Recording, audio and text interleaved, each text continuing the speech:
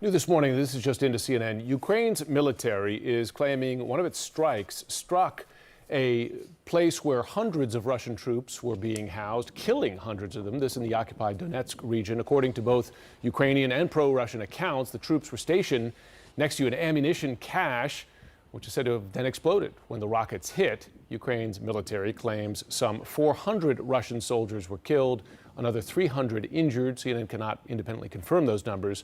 The Russians put the death toll at 63. Here with me now, CNN military analyst, retired Major General James Spider Marks. General, Happy New Year to you. Thanks for joining us this morning. Happy New Year, Jim. Thank you.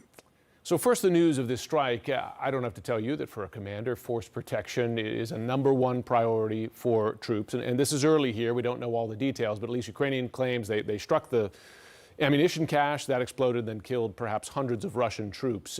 Significance of that, and why would troops be right next to an ammunition depot like that?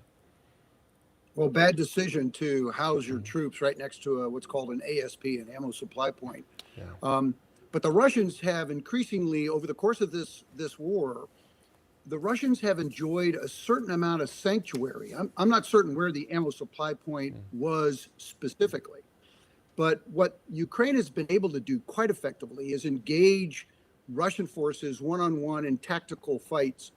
What has been increasing in their capability is their ability to conduct long-range fires and then to synchronize that with activities on the ground. That's, creating this bubble of synchronization, this air-land battle space, and be able to achieve effects on the ground. And so when you've achieved sanctuary, and the Russians in many cases think they have sanctuary behind these enemy lines, you put yourself at great risk, and you make a lot of stupid decisions like this.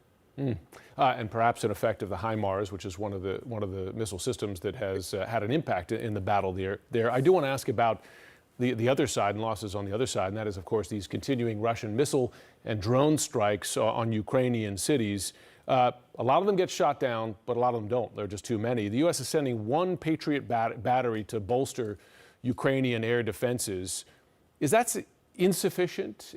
And if so, why not more? Yeah, very insufficient.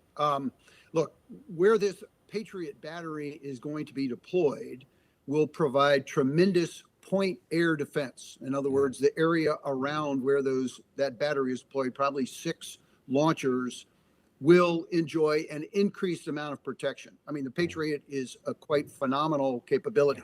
But in order to protect infrastructure in schools and hospitals, I mean, all the targets, all the infrastructure that the Russians going after, is you need a much larger array of air defense capabilities. And right now, the Ukrainians have a mix of former Soviet Russian capabilities. Now this Patriot battery will be coming into the fight, but probably not for a couple of months, because the train-up period for that is pretty significant. This is a step in the right direction, but it's insufficient to your question. Sure, and we should acknowledge it's the biggest country in Europe, right? I mean, it's a lot of territory to defend from these relentless strikes. Before we go, we've heard Ukrainian officials publicly warning about the potential for a big Russian offensive in the new year. U.S. sources I've spoken to have said they doubt Russia has, frankly, the forces or the capability to do so. What do you expect? Yeah, they don't. Look, I think the Russians have a certain level of self-awareness, right? They've been getting their butts kicked, and they realize that. And so when they engage with the Ukrainians, they have zero result. So I think what Russia would like to be able to do is have Belarusian forces come down directly south toward Kyiv, and at the same time move forces up to the Donbass and try to, connect these two and try to conduct some type of synchronization. But they lack the ability. The Russian military has demonstrated that it's incompetent, it's leaderless. The leaders that they do have are immoral, they're criminals, and so they don't have the capability to do that. But there is certainly, the law of large numbers. They've got the capability to conducting these artillery attacks and these drone attacks, but I don't see a large maneuver operation on the part of the Russians. They just can't do it. Punishing the civilian population where they can't gain on the ground. Major General Spider Marks, thanks so much.